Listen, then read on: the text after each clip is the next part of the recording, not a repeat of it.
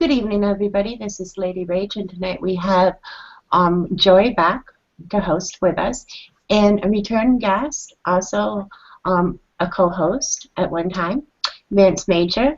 Good evening, gentlemen, and how are you doing? I'm doing good. And you? I'm doing fine, thank you. How about you? I am finer than frog hair, my friend. Finer than frog. You gotta love spunk. I try. All right. So, Lady Rage, are you gonna start off with the questions, or did she disappear? Yeah, I think something. I think her phone clicked out or something. Her phone clicked out. Well, Okay. we're live. It says on the feed live, so I guess we'll chit chat. So, Joey, you used to do the show, so. Oh well, this is. I'm so sorry. That's all right. That's all right. Everything okay back on your? Like some technical difficulties. Yeah, I forgot to turn off my phone. Oh, it's all good. It's all real life kicks in sometimes, so it's all good. So, what have you been doing since the last time you were on the show? How is Star Ship, and you know I can't say the word, Valiant doing? Star Ship Valiant? Yes. Well, everything's been kind of cool. We kind of had some drama at Starbase Studios, which is where we fan films at. I think it was the first week in May, or the last week in April was the last time I was on GGR, and I think it was the first week in May. It was the last night of work, and I work in a factory, and it was the last night at work, and I was getting ready to go over my lines and everything, and I got a message from one of the people at the studio. They're like, "Hey, did you see the fan page on Facebook?" I was like, "No, why?" And then, like a dummy, I could have just gone to the Facebook page and checked it out. So then I went over and scrolled, and I saw that the studio had flooded. They had gotten so much rain that the studio flooded completely. I think it got like 3 feet of water, Oh. and automatically my heart sunk. I can imagine. Yeah, so I was just like, I'm sitting there scrolling through like weather.com and messaging everybody like, hey, how is it going? Are they sandbagging the area? Are we stopping the flooding? How bad's damage? What's going on? You know, and in the back of my head, I'm sitting there thinking, is this gonna shut down the studio? Can we recover from this? You know, because for me, for like the last year and a half, I've lived, breathed the fan films. You know, I've lived the studio. You know, this has been my entire passion. You know, and to see the studio in that state, I couldn't imagine what those people would have been through to actually see the studio flooded. And so after a couple of days, you know, they had gotten it cleaned up, and the damage wasn't all that bad, but it was definitely, knees to elbows, just let's get this done. You know, let's hustle and get this cleaned up. And so the following week, we were supposed to do some more filming and whatnot, so we kind of pushed it off a little bit. And I think it was about 2 weeks later we actually filmed the scene for the special edition for Star Ship Valiant, the sickbay scene for the special edition. And we actually had finished building it. I had gotten there the Saturday, or no, I'm sorry, I had gotten there the Friday. Was it Friday or Saturday? Like, I had gotten there, we finished building it that Saturday, and then Sunday we went ahead and filmed, and I think it was about a 6-hour, 7-hour period, filmed that scene. So it was very hectic in May. Like, my anxiety was just like sky high. I mean, because I was just sitting there, I was like, from my perspective, I hadn't, done anything Star Trek wise. I just had a voiceover at the end of the film. And so I hadn't done anything yet on film, and I had been building toward this, and then to kind of have it yanked away at the last minute because of some water, you're just like, son of a bitch, Right. So it was really nerve-wracking. But then the payoff to finally see yourself on film and to finally know that you're doing this, to even though it's a fan film, to be like, hey, I contributed to part of that universe.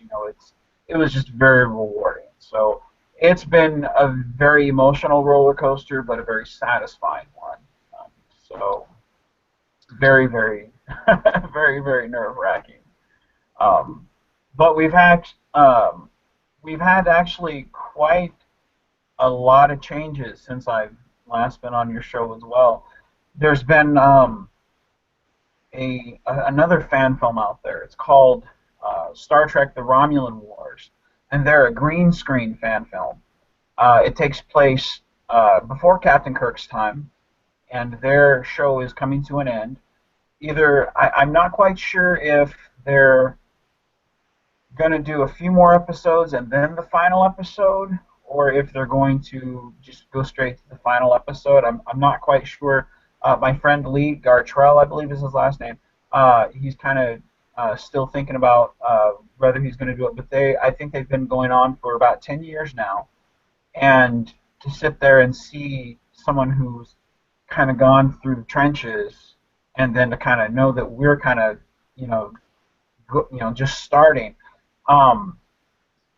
It's just so weird to see different type of fan films, and like I said, there's so many different types out there. Like we're actually, we have our sets built and whatnot, and they're a green screen type fan film. Like I said, and all of these are on YouTube, and I urge anybody look them up. It's called Star Trek: The Romulan Wars. If they go into a couple more episodes before their final one, I may have an acting role in that one, which will take place in the Mirror universe. And I'm kind of excited for that. I'm kind of, fingers crossed, because I want to play an evil role. Everyone wants to be the good guy, the heroic, but I want to be the bad guy and just be a real evil son of a bitch, But that, just to kind of see an ending to a show, it's kind of, to see them at the beginning where they were kind of wet behind the ears, and then kind of see them come to a close. It's kind of bittersweet, because it's kind of an end cap to a show, and so it's kind of nice to see someone and their dream kind of come to an end, and kind of have a kind of tip to their hat and say, here you go, here's what we've done for the Star Trek universe, And then there's other fan films out there that I've been looking at, CGI. One of them's called Star Trek Resurrection, and another one's called Star Trek Pegasus. And they're in the early pre-production stages, still trying to get like the CGI mapped out and kind of for their characters and their ships and whatnot. But those ones, they don't have physical sets or green screen type stuff. They're actual, kind of like Pixar, how they just create everything inside a computer, monitor and whatnot. Completely all CGI stuff. So they're going to be like doing it, and then they're going to add a background in from the computer later on. No, that's green screen stuff where they have actors and then they have the animated stuff in the background. That's green screen. That's what the Romulan Wars is, where they have everything just like digitalized in the background and they have the actors kind of step out in front. CGI, which is what the Star Trek Resurrection and Star Trek Pegasus is, all just like rendered, kind of like an animated cartoon type stuff, except just. Oh, that would be pretty cool. Yeah, that's why. Yeah, there's so much stuff out there. If you just type in Star Trek fan films, there's so much out there. And just in the past couple months, I hadn't realized that there's so much out there, just in terms of, people with creative minds just looking up, seeing what's out there. I had no idea. And me, I eat all that stuff up, even if it's not my personal interest. I'm just like, oh, let me take a look at it, because it's like comic book characters. Even if it's not your favorite superhero, you're like, oh, let me see what that's all about. Like Ant-Man. Who in their right mind would have thought Ant-Man would be on the big screen? But hell, I'm pushing my wife like, let's go see Ant-Man. And she's like, who the hell is Ant-Man? It's great. You know, like 10 years ago, if you would have said, "Hey, who's Iron Man?" They'd have been like, "I don't know, a robot guy." You know, now it's like it's mainstream. You know, it's like it's because we put it out there. You know, whereas fan films are the same way. You know, it's like you put it out there, and it's just like, wow, it's cool. You never know unless you look. You know, and they have a lot of cool stuff out there. You know, so. It sounds like it.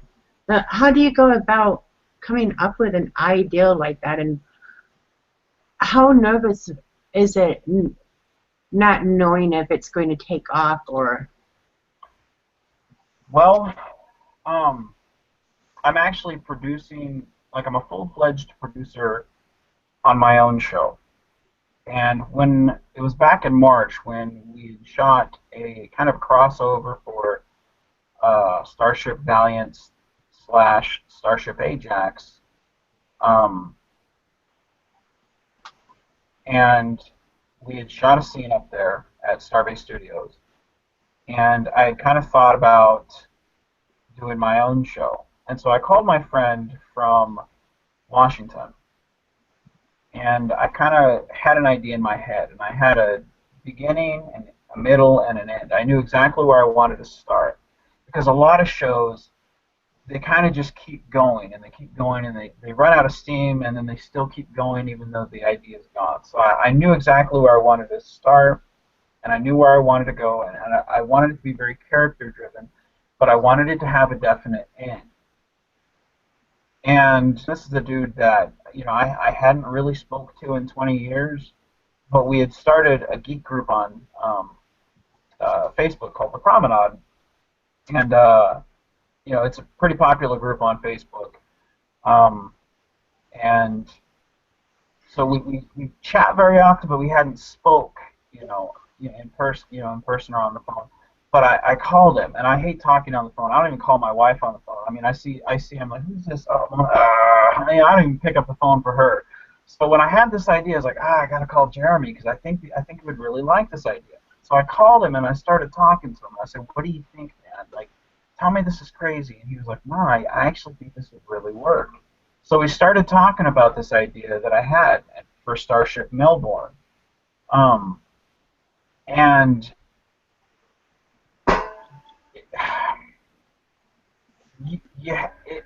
you basically you write the script and you have a list of characters that you think and you have the story and whatnot. You can't fear that you're going to fail because the thing about it is all of these films are going to fail and all of these films there's always that potential to fail. None of us, we don't have a budget. You can't make a profit off any of it, so you can't go out there and say, hey, Kickstarter, let's put money in my pocket. We're all taking money,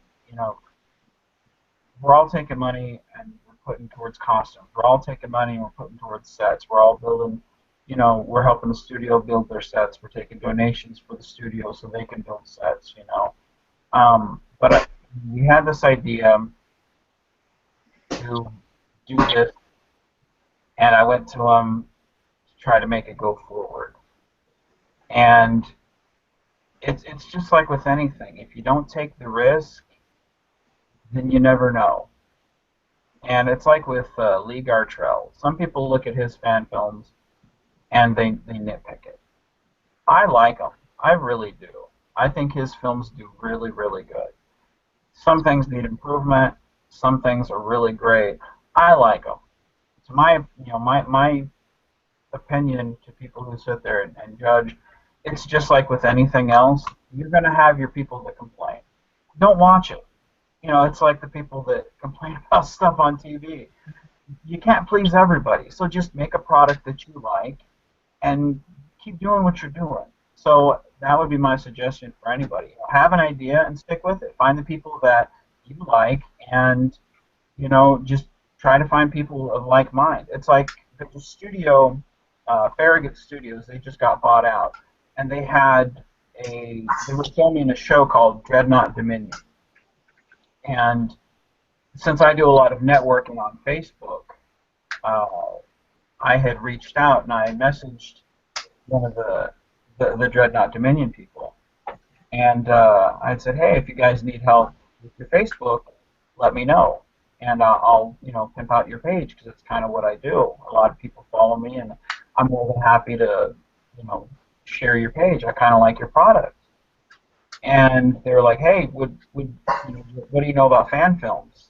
And I'm like, well, I've kind of made this my passion. I work 72 hours at work. I have no life. So I'm more than happy to help. What do you need?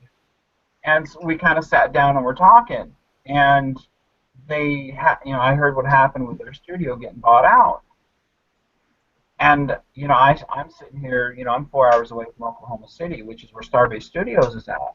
And we started talking about them coming out here to film, and then needing a makeup artist, and needing, help with their clothing designer and whatnot, and needing help with their, with just the basics of, what they needed for their production. And so eventually I was hired on as an associate producer because I've worked in this, the fan films. And again, I'm nothing special, and I tell everybody that I'm just the average. I'm an average Joe. It's just I know people who know people who know people, and I'm a guy who just points you in the right direction. I'm nothing special, and so it's one of those shows that they have a lot of great ideas, and they just needed a little push, a little help. And it's I don't know. Fan films, it's one of those things where there's a lot of people, a lot of passion, and if you just get your foot in the door and just ask a couple of questions, you'll find a lot of people who are willing to help. So I don't know. It's a lot of fun. I'm sorry, I'm yapping your guys' ear off. I'm Mr. Chatty. It's You're okay. the guest. It's whatever you want to talk about and however long you want to chit chat. Remember, it's all about you today. What's that? It's all about you today. Yeah, it's pretty interesting once you get into it. It's a lot of fun, a lot of good people.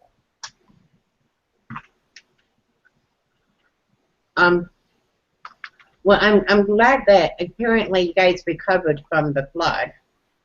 Yeah. I'm really glad to hear that.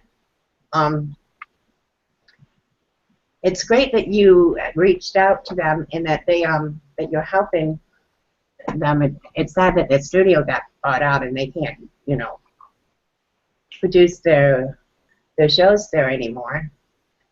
And it's great that you're helping them out and you're getting their name out there like that. Yeah, that was the thing. Like when I heard from Randy, which is one of the producers from Dreadnought Dominion, when I had heard from him that their studio got bought out, like I kind of felt the same way. Talking to him, I kind of felt the same way as when our studio got flooded. That kind of your heart sunk, and you kind of had that kindred spirit where it's like you've worked so hard, and this was a production that had 2 episodes out. And when the studio flooded, I hadn't even gotten to my first yet. We had an episode out where I had a voice on, but I hadn't appeared yet on screen. We hadn't shot a special edition footage. So it's like I looked at him, and it's like it had to have stung even more. So it was like I really related. So I sat and made a couple calls, talked to people who I knew. Hey, what can we do to get these people, kind of point them in the right direction? What can we do to help them out? And even though Starbase Studios is a fairly recent studio, we still have a lot of sets to build for our productions to be even bigger. Because right now we have just the bridge, the sick bay, and part of the transporter builds. We still have a lot more things to build. It's one of those things where it's like we can continue to grow. And in October we have a convention for the Promenade. It's called the Promenadicon, and it's for the Promenade, but it's actually for anybody who wants to come, any geek, whether you're Star Trek, Doctor Who, comic book, Star Wars, anything. It doesn't really matter. It's just come. We invite you. Come to the studio, no charge. Just come, enjoy yourself. It's family friendly, so bring the kids. As long as they don't tear stuff up, we're happy. It's no charge. Just come, We accept donations. We encourage it. There's going to be raffles, several items there. Each ticket's $1. You can buy as many tickets as you want. Again, all the money goes toward the studio, and that'll help us build sets and kind of get that stuff going, just so that we can further build more sets and then make more films.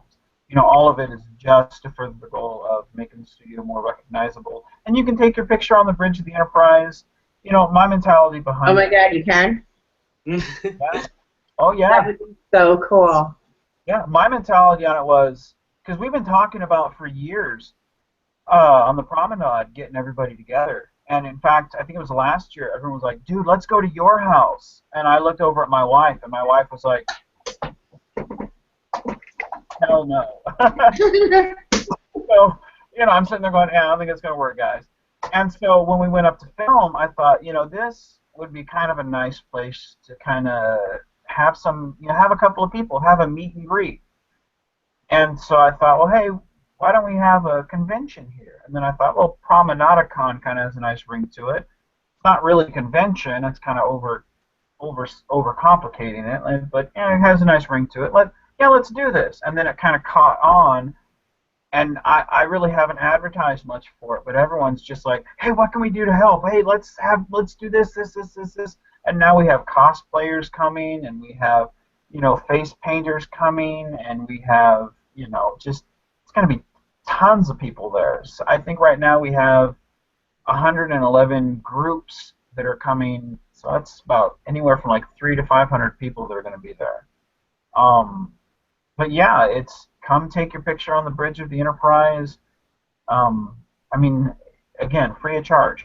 All you got to do is drive, take your picture, you can leave. You don't even got to donate. If you don't want to, you don't have to. Just come. And because my mentality is this: anyone, if you come and you take your picture on the bridge, you're going to post it on Facebook.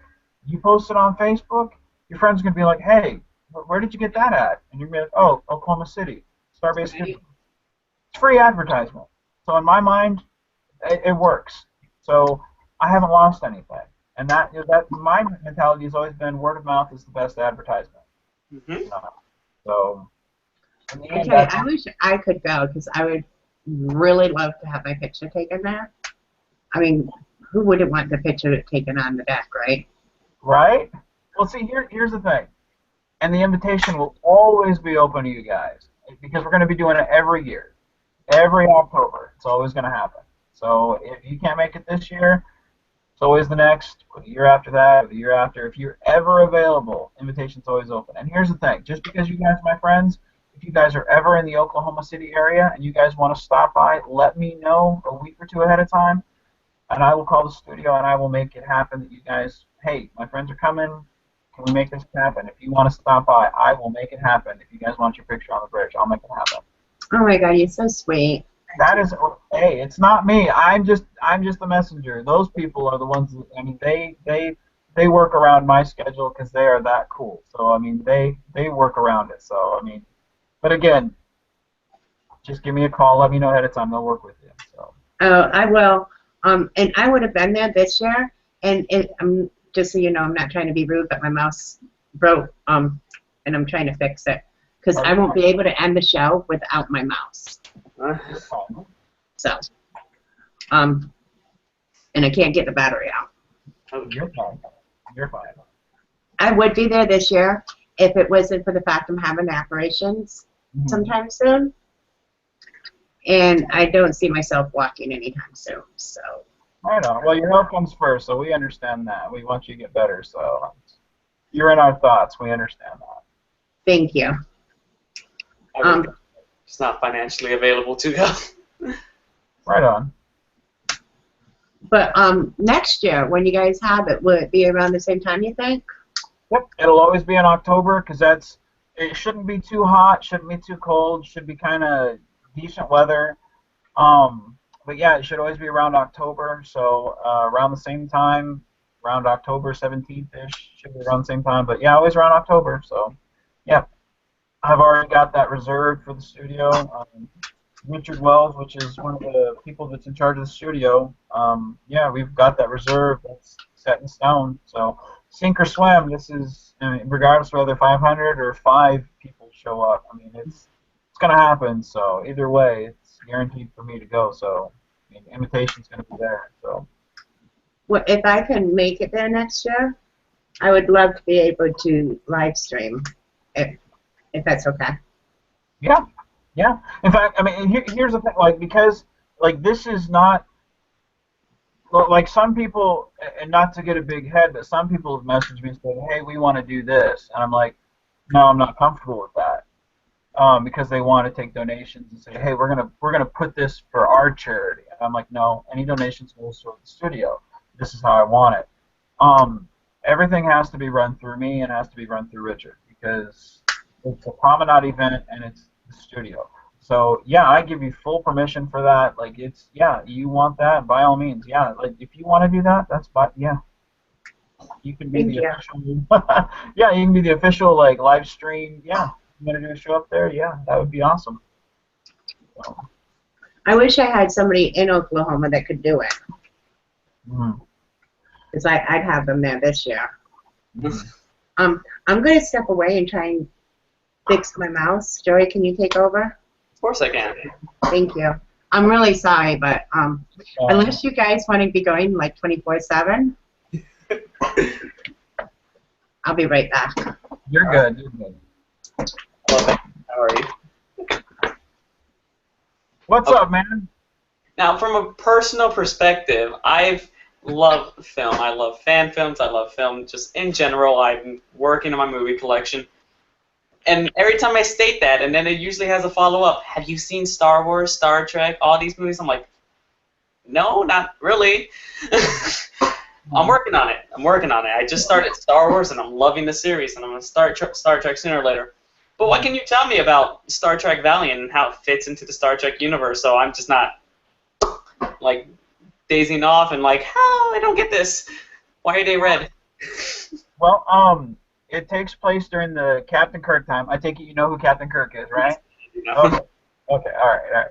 All right. It takes place during the Captain Kirk time, during the 5-year mission. And it's basically we're not really going to reference much of the Captain Kirk 5-year mission stuff. Um, it's basically it takes place in its own kind of separate universe type deal with our own ship. And it's going to be a very character-driven story, very character-driven series. Um, and you don't really have to know much about the Star Trek universe per se to get the story. I mean, like my brother Pete, he watched it and he kind of enjoyed it too, just from the character. You know, he was like, I didn't really know what was going on, but I understood the story.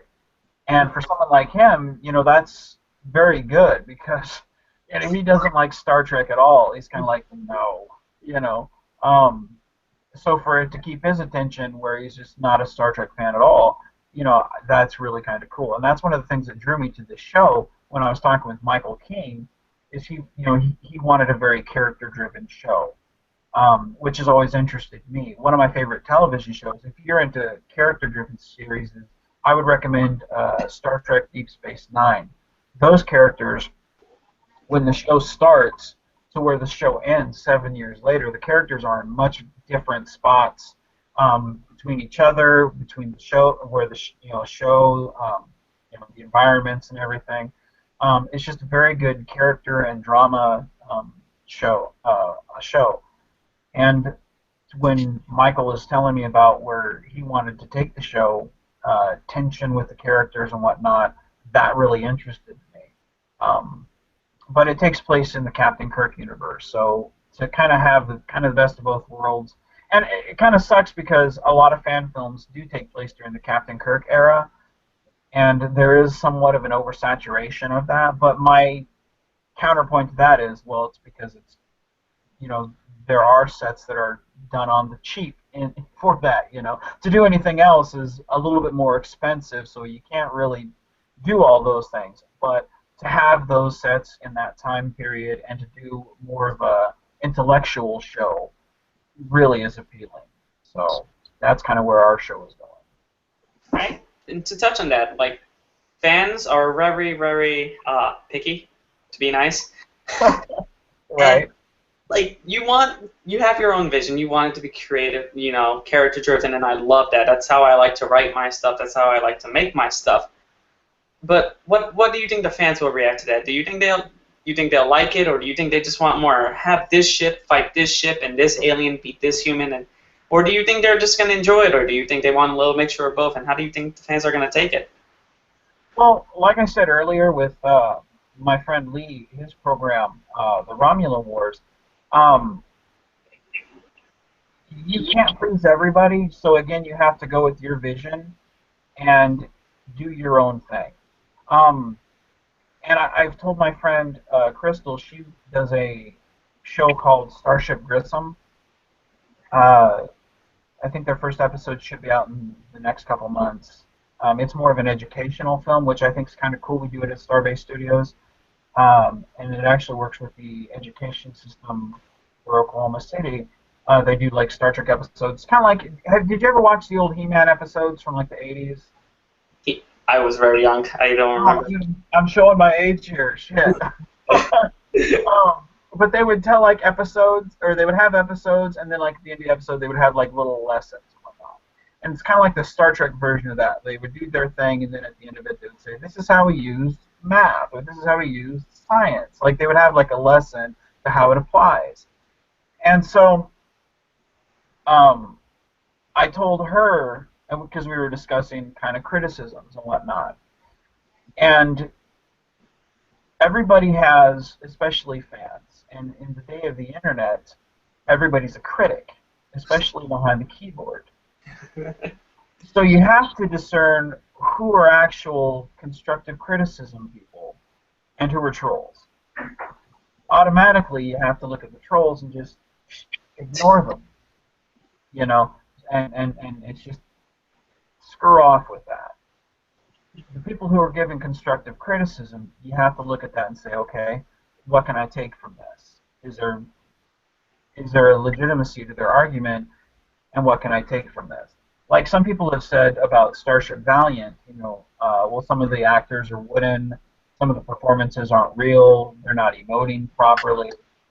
And the only argument I can say to that is, okay, I can see where they're coming from. If you take a television show and you look at the very first season, and then you take the same television show and look at, say, season 4, the quality is not the same.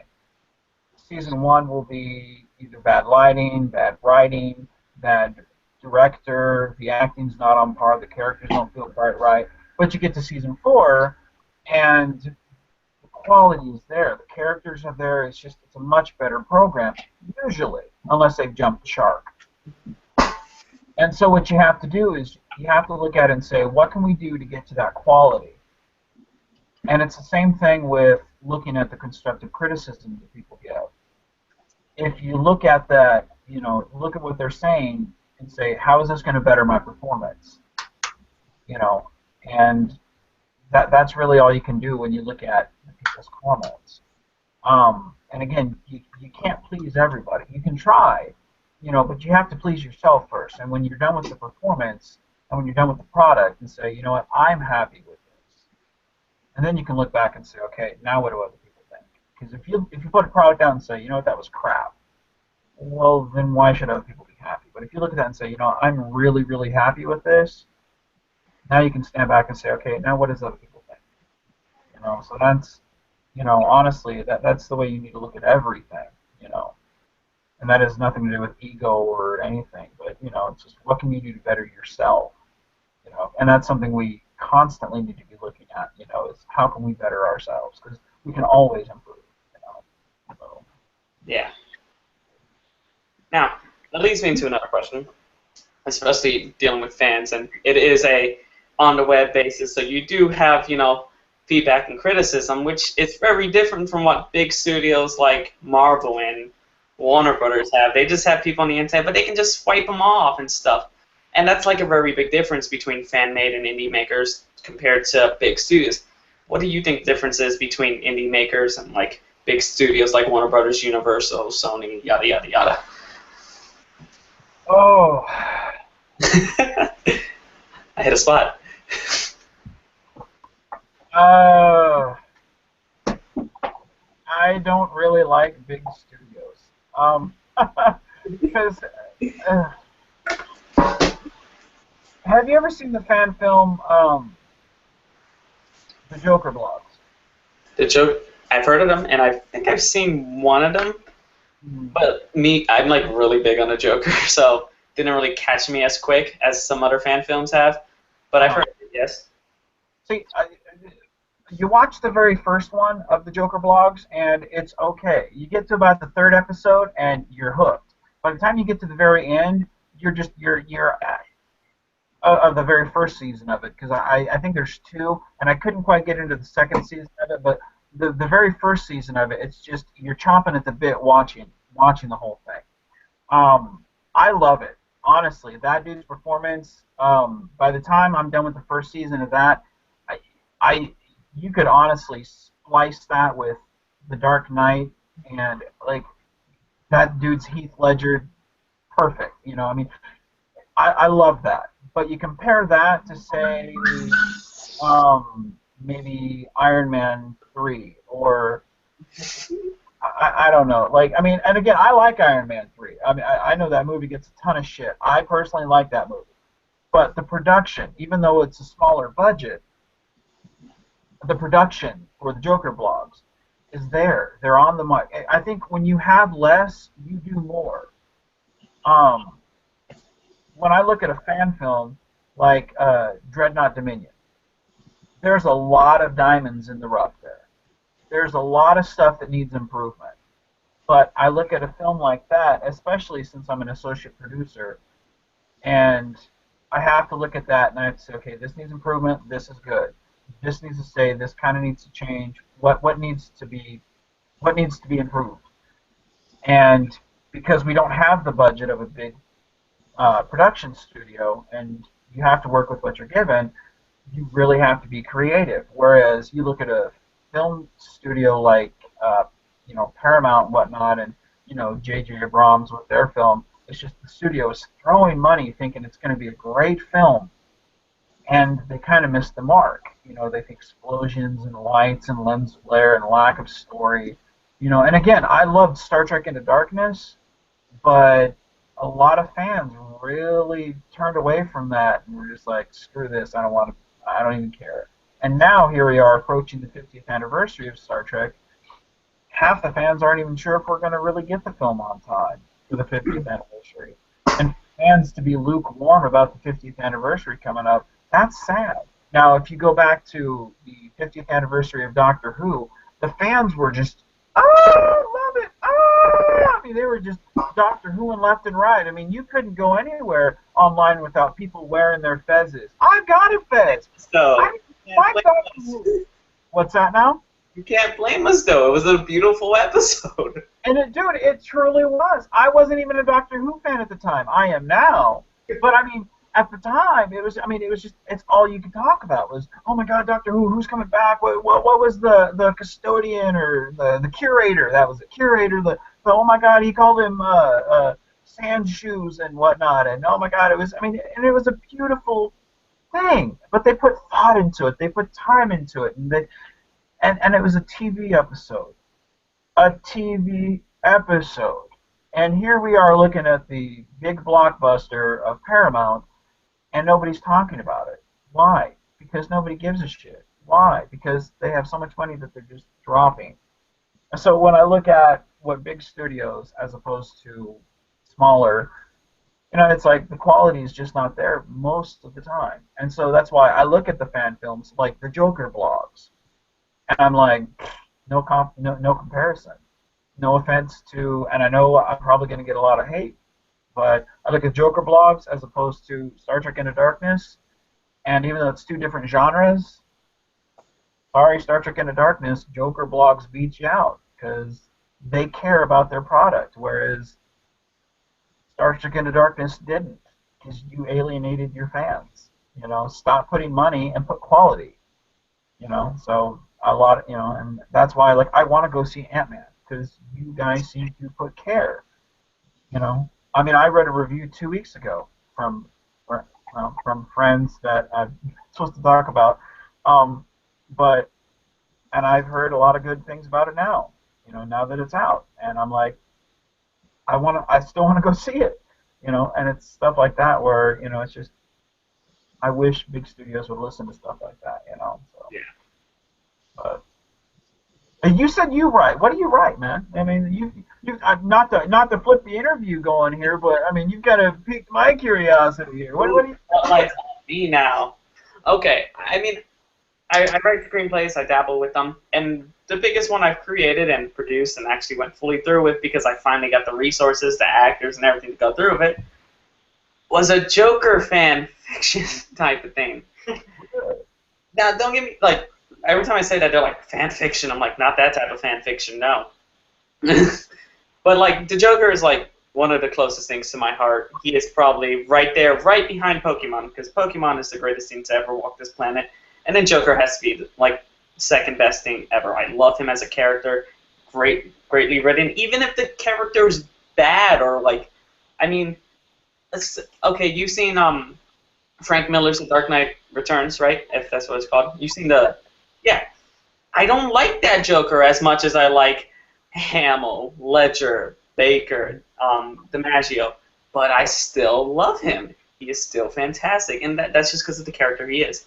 So that struck me. I'm like, oh, let me write something like that. I can do this. I dabble in writing, and I wrote like a really nice little alternate reality where the Joker is in Arkham Asylum, and he hasn't encountered most of the people from said universe yet, like Batman and all that, but he's talking to this psychiatrist who he ends up cracking. He ends up making go crazy just because of the words he can speak, and I feel like that Joker's influence, like how the Joker does that, is an amazing thing, but it's just not showcased much. I mean, he did it with Jason Todd, but everyone kind of just goes, oh, he got beat up. That's the only reason why. No, it's because of what the Joker says, how the Joker can twist your mind and do that. And the psychological effect of the character, not just the physicality that he did. Right. Everyone's like, oh, that only happened because Jason Todd was beat up by a crowbar. And don't get me wrong, that's a very iconic scene with the crowbar and the beating up. But it's what he said and how he talked and how he disintegrated Jason Todd's mind, saying that Batman's not there for you. Batman never liked you. You're just the shadow of Dick Grayson. And people just, like, push that to the side and they're like, crowbar. But yeah, so I just wanted to showcase that more because I just don't believe people showcase that. So I wrote a nice little screenplay about it, and I finally got it produced at my school, surprisingly. They're like, oh my god, this is good. Let's make a play about it. Dude, really? Yeah. That is awesome. So you got your play about the Joker in your school. Yes. Yes, I did. Dude, that is awesome. Fucking A, man, right on. That is great. Congratulations on that, Joey. Thank you. Thank you. Tip of my hat to you, brother. That is. See, you are like the symbol now of everything when I was a kid, when they were like, oh, you suck, you fat comic geek, and they punch me in the belly. And you are now like, dude, bow down. I bow down to you, my friend. That is awesome. Thank you. It's like one of my proudest achievements. It was just so happy to see it on stage, and like, it was amazing. Huh, right on, man. That's really cool. Thank you. So, what did you think of, not to get off topic of fan films, and this seems to be something that I love doing. I love veering off topic. I don't know if it still happens on GGR. I love veering off topic. What did you think of the Jared Leto Joker? Oh, I knew this was coming up. Okay. I have a speech. I'm not going to put it here because it'll just take like 3 hours long, but I have a speech. Anyways, I love him. There's nothing wrong with Jared Leto as a Joker. I've seen plenty of films with Jared Leto in. Even when he has like minimal speaking roles, like in Fight Club, I love Jared Leto. He's one of my favorite actors of all time. And when I heard he's taken on the persona of the Joker, I just blew up. My heart, my little fan heart just blew up into spurges of happiness. And then I saw the picture. Was disappointed by how he looked. Had no problem with the hair, the lips, the gloves, being shirtless. I don't know why that didn't bother me at all. The tattoos didn't quite bother me, but the damaged and the grill. Only disappointment I have seen so far from Jared Leto's Joker. And I was like, always iffy about it. And then, boom, Suicide Squad trailer came out. I was like, oh my god, Suicide Squad came out. And then I see Jared Leto at the end, and I'm like, this is what I want. This is a psychotic Joker who I'm more than sure is going to just mess with people's head through the whole movie, and I am so happy about that. I love Heath Ledger. He's my favorite Joker, and Mark Hamill too, but those are just great. But I feel like Jared Leto's going to be up there. I feel like Jared Leto's going to fill in the roles of both of them. Like, he's going to... But what I was disappointed about, and my friends sat there for 10 minutes while I yelled at them on my disappointment of it, is you didn't give me the laugh. I know I'm going to get the laugh in the movie, because if I don't get the laugh in the movie, I'm just going to throw my popcorn at the TV screen. But the fact that you didn't give me the laugh in the trailer makes me really sad, because that is like 3 out of 10%, 30% of 100% of the Joker, and if you don't give me that 30%, how do I know is he going to be good or not? I kind of had an interesting. I had my wife watch it. I never tell her anything about movies because, like me, I watch spoilers and I read spoilers all the time. I listen to podcasts all the time. Like I'm like a sponge. Not only to calories, but to spoilers on the internet as well. And so I soak up all this stuff. So when when a trailer comes out, I'm like, hey Mona, come here, watch this. And so she sits down and watches it. I don't even tell her what we're watching, because I know she probably won't like it. But I press play, and she sits and watches it. And I'm like, what did you think? And she was just like, that was really underwhelming. And I was like, really? You didn't like it? She's like, not really. I was like, okay. And then I played the Batman v Superman, and she was like, huh, I like that. And it was kind of funny because, like, on the Wonder Woman thing, like, when Wonder Woman pops up, like, I know everybody bashes Gal Gadot. My personal opinion is I have no opinion, so I'm like, okay, whatever. But Mona was like, oh, Wonder Woman's in this. Cool. And because I had never told her Wonder Woman was in this or who was playing her or whatever. To Mona, she was just like, oh, Wonder Woman. Like, she never saw, oh, that woman's too skinny. She doesn't even look like Wonder Woman. To her, she was just like, oh, Wonder Woman. Okay, right on, cool. You know, so it was like, in my mind, it's like Mona represents general public, you know. But when I was watching the Suicide Squad, just hearing the like the very slow, kind of maniacal, creepy laugh as he's kind of, I was like, well, that's different. Okay. And then I watched it, and I was very underwhelmed by the Joker. And then I watched it again. I was like, I want to like it. Why don't I? And then I watched it again, and I was like, now I see. Okay, I need to change my perspective. Okay, now I get it. He's not funny to me. Just like in this world, he's not funny to them. He's not supposed to be, but he's funny to himself. Okay, now I get it.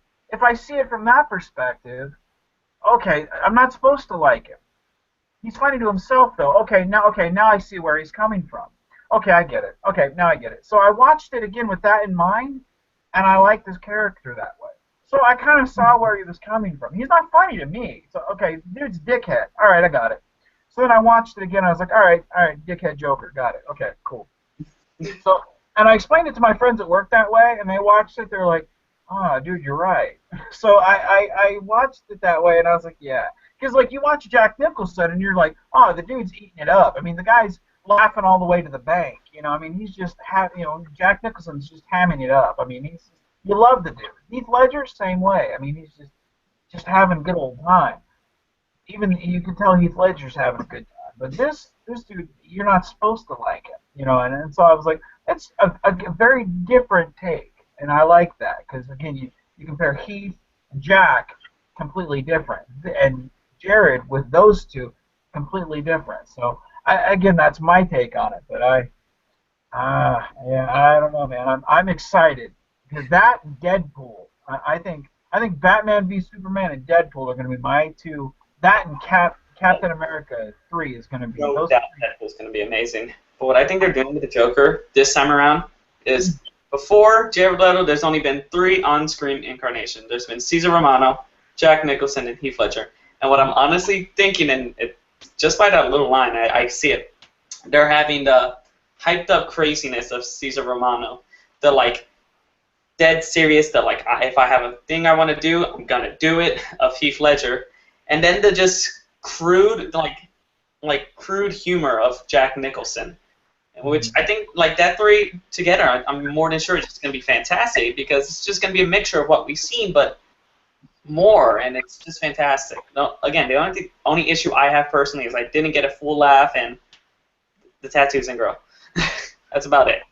Well, yeah, I don't know. I've heard a lot of people they talk like the tattoo things. They say, oh, if he's getting tattooed up, I can't see the Joker sitting still to get tattooed. I'm like, dude, you look at this dude. I don't know. Like, I don't think it's kind of like House of a Thousand Corpses, where you look at all those people and you're like, I don't know. I don't care.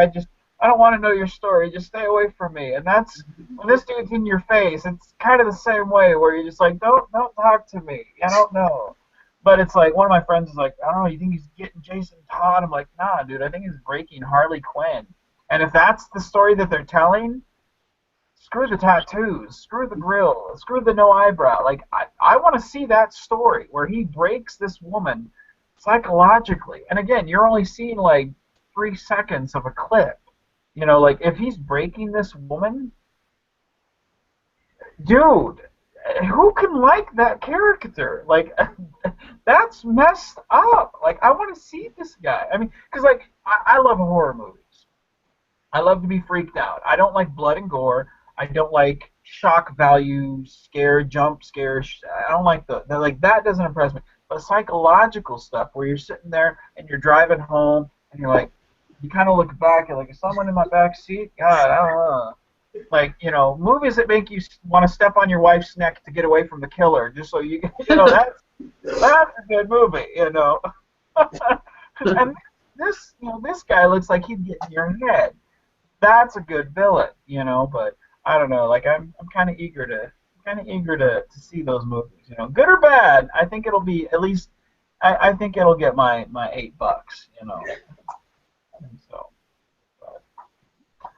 Just hope it's not as choppy as Man of Steel. what's that? I just hope it's not as choppy as Man of Steel. Man of Steel. I don't know about that shit. I hate that movie with a passion. They made the film, and then they got a sword and they cut it up, threw it up, caught it, and whatever order it landed in is how they filmed it.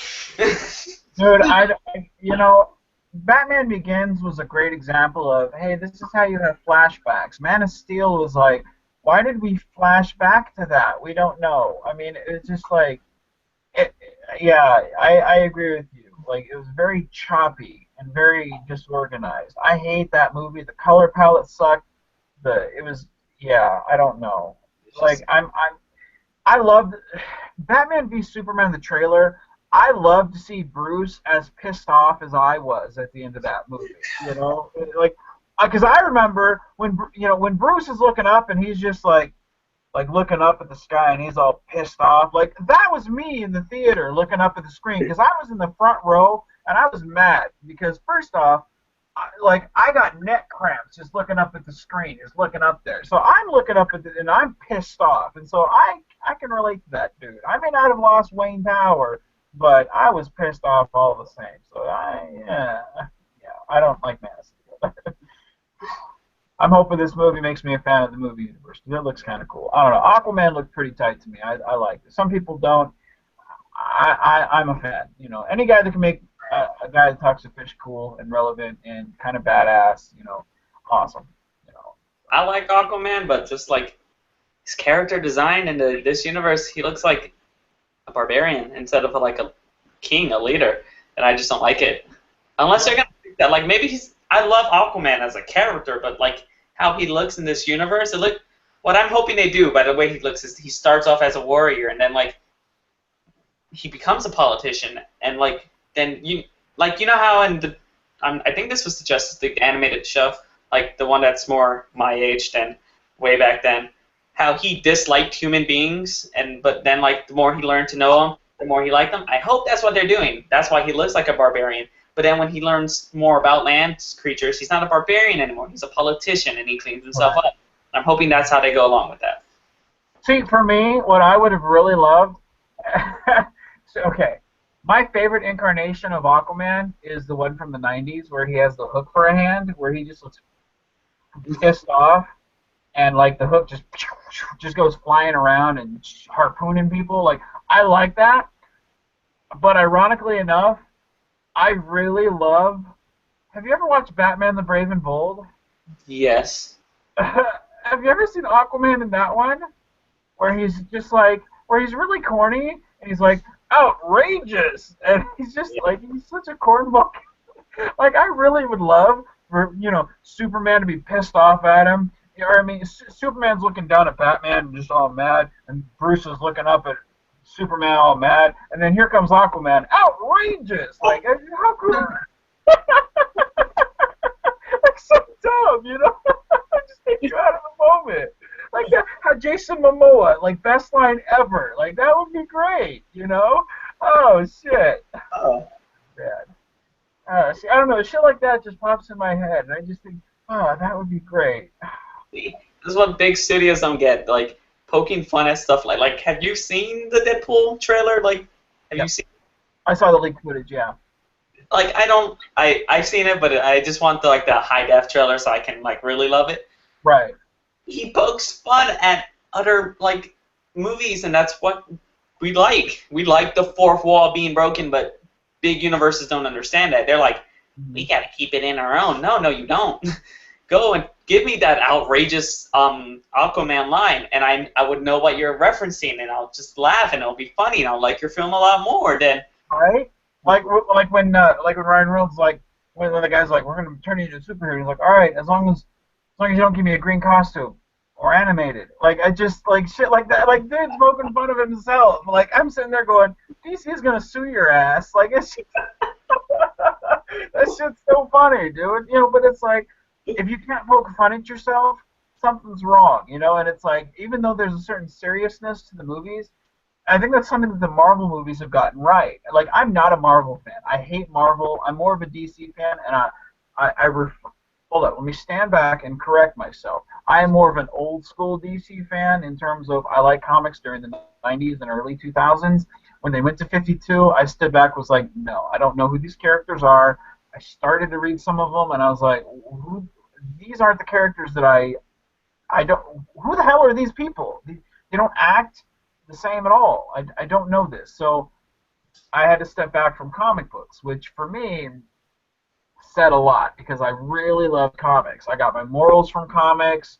I mean, dude, some people sit there, they're like, oh, I read the Bible, and that's where I got my morals from. Me, I'm like, I got my morals from Batman number 466. I mean, seriously, people sit there and say, why don't you do this? I'm like, dude, I help people because Batman 466. Robin helped the dude who's sniping people on the fucking, in an amusement park, and that's why, like, dude, seriously, like, I've got that comic. I've got 3 copies of that. One that I loan to people and say, read this and tell me if comic books are for kids. One that I've got in a hardcover, and another that I flip through from time to time in case I get discouraged. Like, that's how I have reverence for a comic book, and that's how deep I go about that. So it's like, dude, I take comics seriously. So for me to stand back from comics and go, no, I got to step back from this, But I'm more of a DC fan. Now, I love DC TV, but when you look at the movies, it's like Marvel does it better because they look at it and they take that lightheartedness. Look at the Flash TV show. They got some serious matters, but they take themselves. They know when to take a lighthearted, look at themselves. Like, look at Cisco. Do you watch the Flash TV show? Yeah. Oh, yes. Okay, I was about to say, I'm looking at your shirt there, and I was wearing like almost the same shirt today, right? I was wearing almost the same shirt today while I went looking at comics, looking at a comic book store myself, and I bought my Wolverine claws. Dude, I love the shirt. But that's a perfect example of a show that knows when to take itself serious, knows when to make a joke. Marvel movies are the same way. And that's something that I think DC, like, you watch Man of Steel, and when I left that movie, I felt like I needed to stop taking my heart medication. Like I just, it's just, you know, there was no humor in that, you know. And it was like, I don't know, like people sit there and they're like, Superman was a great symbol in that movie, and I'm like, the way Pa Kent treated him, and looking at the second trailer, the way Ma Kent treats him, like I'm surprised he wasn't super meth addict by the way that movie. Like I don't know how we got him at all, you know. So again, the fact that they're bringing Batman in and they're having these two people clash, I'm hoping that they both, since they've gone down the dark road, will help lift each other up, and maybe we'll get to some type of stance of maybe we don't need to be such assholes to the world, and we can lift each other up. You know, I'm hoping.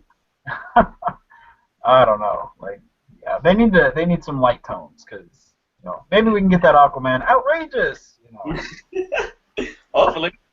maybe. But, Warner Brothers has that issue, like, again, really big in movies. And I've seen multiple Warner Brothers films, and there's gems in Warner Brothers. 'Cause Warner Brothers knows how to make movies, but what yeah. they don't know how to make is comic book movies. They think, oh, Batman's dark. All comic book movies have to be dark. Oh, Green Lantern wasn't funny. People didn't like it. It was comical, though. Back to being dark. No, I don't want one or the other. I want a mixture of both. Give me comical and give me dark. Yes, it works for Batman. Batman's a dark character. He's the Dark Knight. It doesn't work for the Flash, Green Lantern, or Superman. Right. Well, No, see that's the thing. If you look at the Marvel movies, they have each of the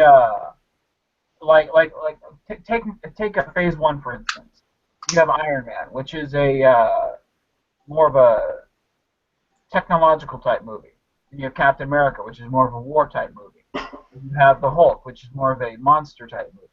Then you have Thor, which is a sci-fi fantasy element. You have all four of those movies, which are not comic book movies in the slightest. They are very much genre type movies. They have comic book elements in them, but they're very much genre type movies. They all tie into that comic book universe. That's what DC needs to remember. Don't make a comic book movie. Make a genre movie. And it's the same thing with like Winter Soldier. It's the same thing with the Guardians of the Galaxy. That was fantasy movie, Star Wars type. Like space adventure. But it was linked to the Marvel universe. Like it's like don't make a comic book movie. They didn't make a comic book movie. They made a space adventure. It's like you can do those type of things, link it to your universe, and it's like that's what Warner Brothers, that will make or break this type of universe, if they do it right. But again, it's like you have to look and see what they're doing. I don't know, like I really hope that they do this universe justice because it's like I don't want them to pull the same crap that they did with Amazing Spider-Man, where they had 3 movies and then reboot, 2 movies and then reboot. It's like where it's like you had this franchise, now reboot. Then for this franchise, now reboot. I don't know, like I don't know, like they got a lot of good potential, but do you use it? But they just need more films to defend DC. I'm tired of being like, DC's great, yeah, but we have the MCU. I have the Dark Knight. What else? yeah. Yeah, and that's the thing. Like if you look at DC on TV, they're storming through shit. They really are. DC on TV's kicking it. I mean, I haven't watched much Agents of Shield, but I love Flash. Arrow kind of sucked this season, but I like the show. Gotham, whatever. I didn't really care for it. I thought they could have told the story in like 12 episodes. I thought they stretched it out more than they should have, but whatever. But they're really kicking it in that department. They're kind of doing what Marvel's doing on the big screen. So it's just they really need to take a page from what they're doing on TV. But, Yeah. So. Hey, lady, what time did you want to stop the program? Were we going over the time, or because I know sometimes we used to kind of go over too far. Were we going over, or? Yeah, I was thinking an hour, but you Okay. guys were just talking and enjoying yourselves. I didn't want to interrupt you guys. Well, I saw the time. I didn't want to. Like, I know it would be like an hour and a half, hour and 45, and I don't want to overstay my welcome. Oh, you're welcome here as long as you want to be. I mean, if you guys want to keep on talking, it's completely up to you. I, Well, I mean, I would personally love to, but sadly, I have stuff I need to do. I need to get my car ready and stuff like that. But honestly, you've been a blast. I right haven't on. had this much fun talking to someone since like my little two other nerdy friends. Like I have plenty of nerd friends, but I only have like two or three that I actually like get into full detail with. The others, I'm like the Joker, and they're like, They're like, where the hell's the mace? God dang it, I forgot the pepper spray. but They got honestly, their blast. utility bills, huh?